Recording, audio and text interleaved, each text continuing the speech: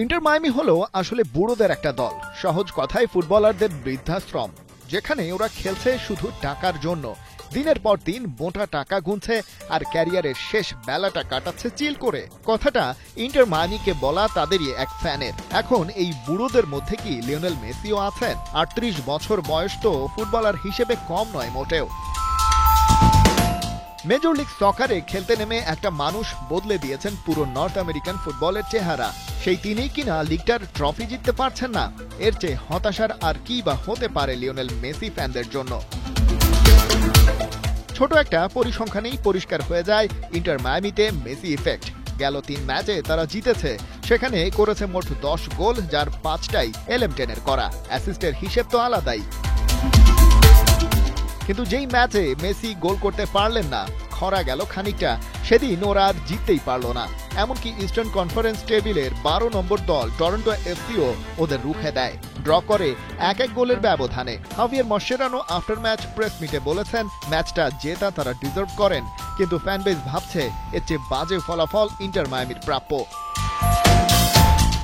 এক ফ্যান মেসিকে লক্ষ্য করেই বলেছেন, তুমি কেন এই ক্লাবটার বিপক্ষে চুক্তির মেয়াদ বাড়াবে?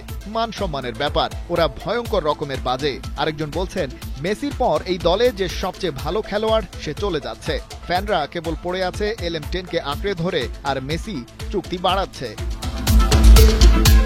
কেউ কেউ তো আবার ইন্টার মায়ামিকে কোনো ক্লাব বলতেই নারাজ। এটা বরং একটা কৌতুক। টরন্টোর বিপক্ষে 62% বল নিজেদের দখলে রেখেছিল মায়ামি। শটস অন টার্গেট ছিল 6টা, কিন্তু তাতে লাভের লাভ হয়নি কিছুই। ম্যাচ বের করতে পারেনি মেসিরা। মাস্টেরানো বলছেন তারা সেকেন্ড হাফের 10-15 মিনিট কনফিউজ ছিল, কিন্তু ম্যাচটা নিয়ন্ত্রণের বাইরে যায়নি মোটেও। টরন্টোর গোলকিপার বেশি ভালো খেলাতেই হয়েছে ঝামেলা। তবে যা হয়েছে সে সব ভুলে সামনে তাকাতে চান, হাতে থাকা 4 ম্যাচের সবগুলো জিতে এগিয়ে থাকতে চান টেবিলের যতটা ওপরে যাওয়া যায়। MLS এর ইস্টার্ন কনফারেন্স টেবিলে এই মুহূর্তে ইন্টার মায়ামি আছে 4 নম্বরে, 30 ম্যাচে পয়েন্ট 56। লিডার বোর্ডের শীর্ষে থাকা ফিলাডেলফিয়ার চেয়ে 7 পয়েন্ট পেছনে। মেসি ম্যাজিক কাজ না করলে এর চেয়ে ভালো অবস্থানে ইন্টার মায়ামির যাওয়ার সম্ভাবনা বেশ কমই। খালিদ জামিল, 71।